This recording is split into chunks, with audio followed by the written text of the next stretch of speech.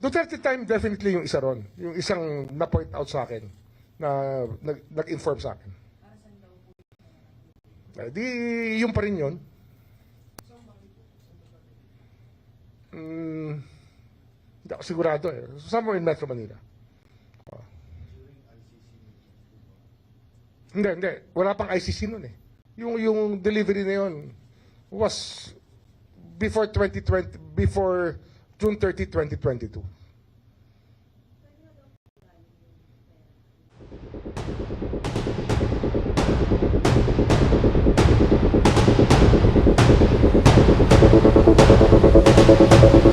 I received an intelligence report and it seems to be very reliable. Huwag na lang, bukas na natin. Sige.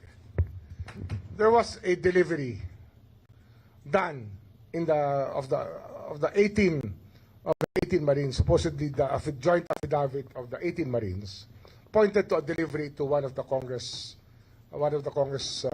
persons, no? One of the congressmen or congresswomen. But when we investigated that angle, it appears that this delivery was done during the time of Speaker Lord Velasco. That picture that was put in the affidavit was done during the time of Speaker Lord Velasco.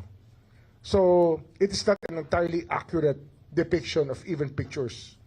What you see here is really a manipulation of facts to make it appear that that was that, but actually they were playing with timelines, and this is one timeline that they played with, that this happened before the term of President Marcos. Some of them, at least, one picture that was used in the affidavit would show us that it was done during the time of Lord Velasco as Speaker of the House. At least just one. I'm not talking about the others, but there was one picture there that was put in the affidavit that was actually taken before we assumed office.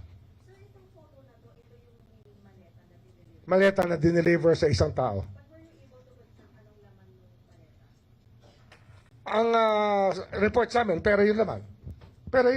Oh, pero yung report niya, it was delivered during that time. So, you're talking about something happening before 2022.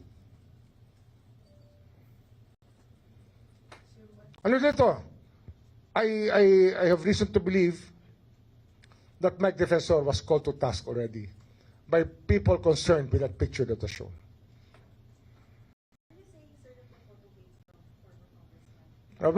He was instrumental in putting together the affidavit. I think we all know that. He's not denying it anyway.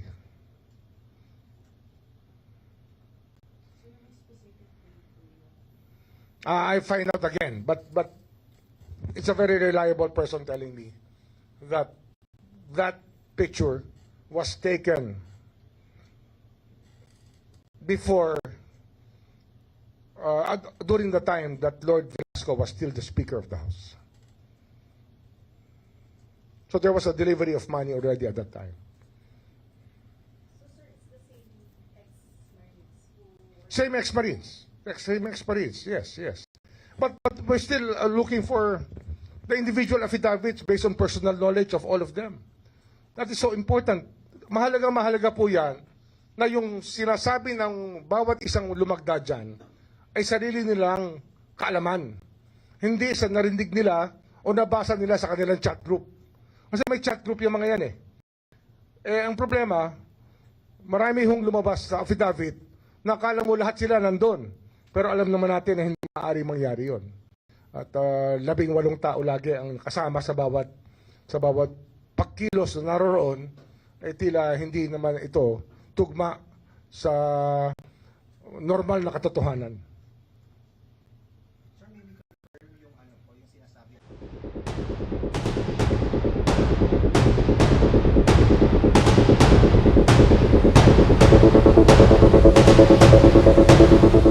Finding already summoned them. Kasi nga, bigyan mo kami ng 18 kayong pipirma, dito kakusapin namin kayo, tatanungin namin kayo sa lahat ng inyong pinirmahan. Di ba? Yun yan, magsasabit ka ng dokumento dito, panindigan mo.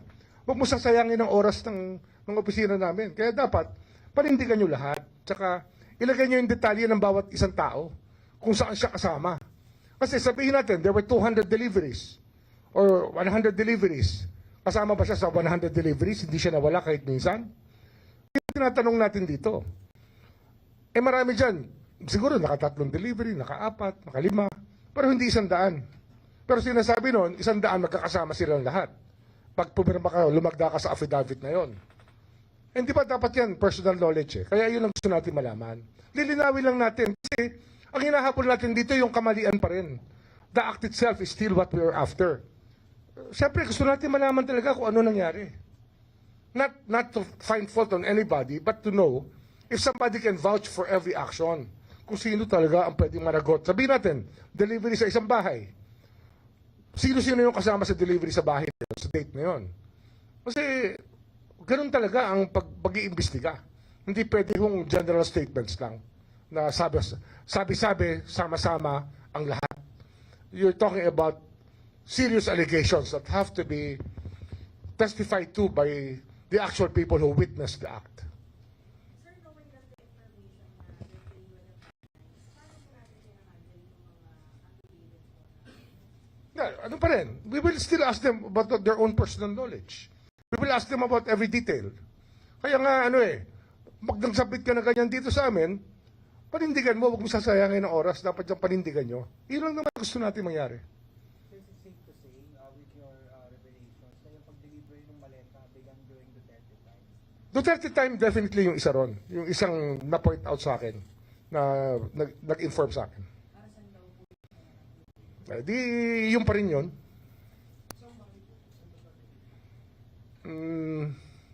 Hindi ako sigurado eh. Somewhere in Metro Manila. Hindi. Wala pang ICC nun eh. Yung delivery na yun was before June 30, 2022.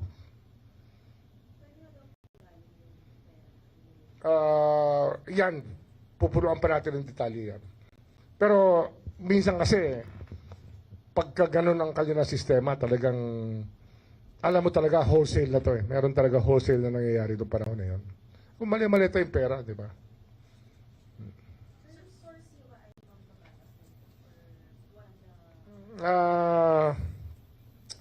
Masama tayo source. Nanggaling tayo ron eh. Di ba? We came from there eh. I was a congressman at that time. Kaya hindi naman ako magtataka kung ganun nga ang nangyari. Sir, you mentioned kanina na si Mike Defensor was fast, diba? Para ayusin nga. Meron na lumapit kay Mike Defensor ko sa picture to yun. Sige, tanungin niyo siya kung sino yun. He might want to tell you. Sir, gaano kataas itong taong ito? Ano yung figura niya sa politika? Congress. Congressman? Member of Congress. Influential, mataas ang posisyon. Anong panahon na yun? Influential. Okay. Hanggang ngayon, sir? Basta. Ayun na. Hanggang yan. Basta. Andyan lang yun. Oh, malalaman nyo naman yan. You ask Mike Defensor. Sergeant Alvarez, isa din po ba yung investigation nyo dun sa 18X na focus muna dun sa identity nila, hindi muna dun sa mga pinangalanan sa Hindi, ano yan eh. Ang unang-una, bago ka kumilos sa isang affidavit, dapat magtanong ka muna ng tanong tungkol sa affidavit. Kasi dapat ma-ascertain mo muna yung facts eh. Paano ka magtatanong, paano mag-iimbestiga ng tao kung balibag yung affidavit eh. Kaya gusto natin, malaman natin lahat. Hindi pwedeng balibag, tapos tanggapin natin ng hook, line, and sinker lahat. Sa pagkakataon na 18 yung pumirma sa isang affidavit na mga pangyayari na umabot ng mahigit o halos 3 taon, baka naman maraming magic masyado yon. Kaya kailangan malaman natin lahat ng detalye kung sino talaga ang magpapatunay sa bawat detalye na binigay sa isang affidavit. Hindi pwedeng 18 kayo tapos nagkwentuhan kayo sabay lahat kayo pipirman affidavit. Hindi naman pwedeng ang affidavit ikwento eh. Dapat yan yung talaga naranasan mo at nasaksihan mo. Ang paglalagay ng affidavit, pagiging saksiyan sa pangyayari. Hindi ito magiging receiver ng chismis sa isang chat group. Hindi pwede yun. Sir, yung pag-summon sa kanila ng ombudsman, kailangan po ba may hawak na sila ng visa nila? Not necessarily. Kung gusto nila, we will just ask them questions. Oo. Tatanungin sila tungkol sa bawat detalye nun, ng affidavit na yon. So mag-aaral na sila ngayon. Kung gusto nilang talagang aminin lahat, na kanila lahat yon, na sila talaga ay nandun sa bawat pagkakataon. Di ba? Kung aakuin nila ang lahat na pangyayari doon. Sir, kailan po ninyo sila? Hindi ko alam ang atin. May sapina na ba tayo? Sir, we're waiting for their individual. Kasi dinirect namin na na magsabit na individual affidavits Di ba? Para naman fair. Fairness lang naman yan Hindi ka pwede magtago sa isang grupo. Lahat kayo na nandun, meron kayong pananagutan. Okay? Magandang hapon po sa inyong lahat. Happy weekend.